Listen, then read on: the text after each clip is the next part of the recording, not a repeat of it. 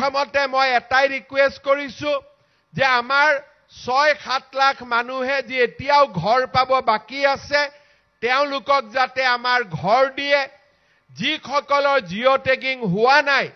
তেওঁলোকক যাতে জিঅ' টেগিং কৰিবৰ কাৰণে মহিলা আত্মসহায়ক গোটৰ জৰিয়তে জিঅ' টেগিং কৰিবৰ বাবে সুবিধা দিয়ে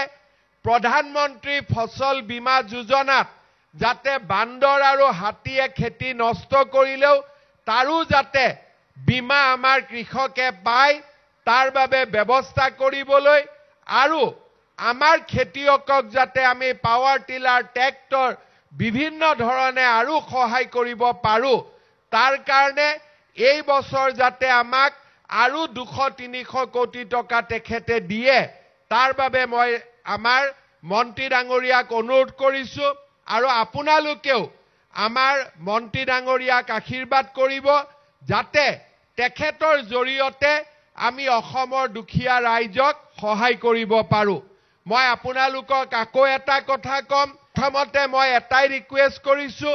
যে আমাৰ ৬-৭ লাখ মানুহে যি এতিয়াও ঘৰ পাব বাকি আছে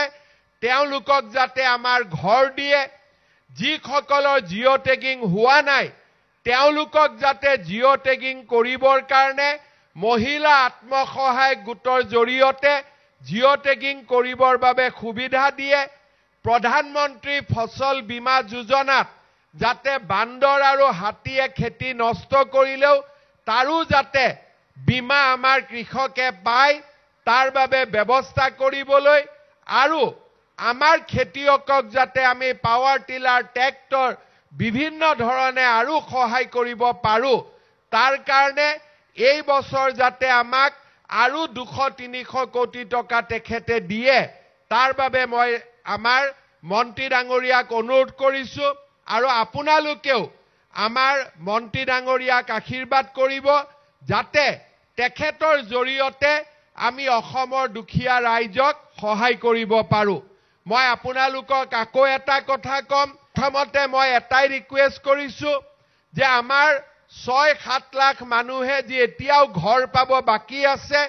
তেওঁলোকক যাতে আমাৰ ঘৰ দিয়ে যিসকলৰ জিঅ' টেগিং হোৱা নাই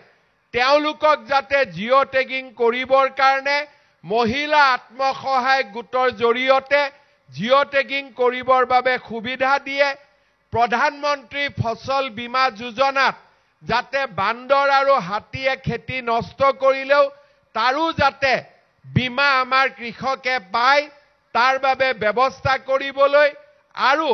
আমাৰ খেতিয়কক যাতে আমি পাৱাৰ টিলাৰ ট্ৰেক্টৰ বিভিন্ন ধৰণে আৰু সহায় কৰিব পাৰো তাৰ কাৰণে এই বছৰ যাতে আমাক আৰু 200-300 কোটি টকা তেখেতে দিয়ে তাৰ বাবে মই আমাৰ মন্ত্ৰী ডাঙৰীয়াক অনুৰোধ কৰিছো আৰু আপোনালোকেও আমাৰ মন্ত্ৰী ডাঙৰীয়াক আশীৰ্বাদ কৰিব যাতে তেখেতৰ জৰিয়তে আমি অসমৰ দুখীয়া ৰাইজক সহায় কৰিব পাৰো মই আপোনালোকক আকৌ এটা কথা কম